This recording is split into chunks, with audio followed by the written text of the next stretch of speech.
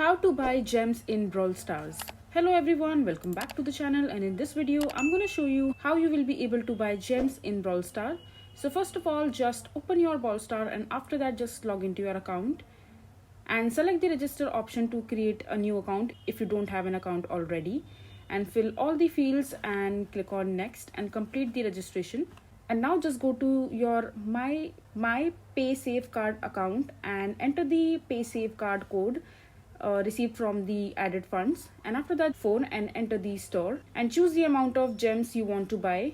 And when you are asked to add a payment method, just select add my pay safeguard. You will be redirected to the pay safeguard website where you must log into your account with the funds available, and after that just click on buy and enjoy your gems. So this is basically how you will be able to buy gems in your Brawl Star. I hope you find this video to be helpful.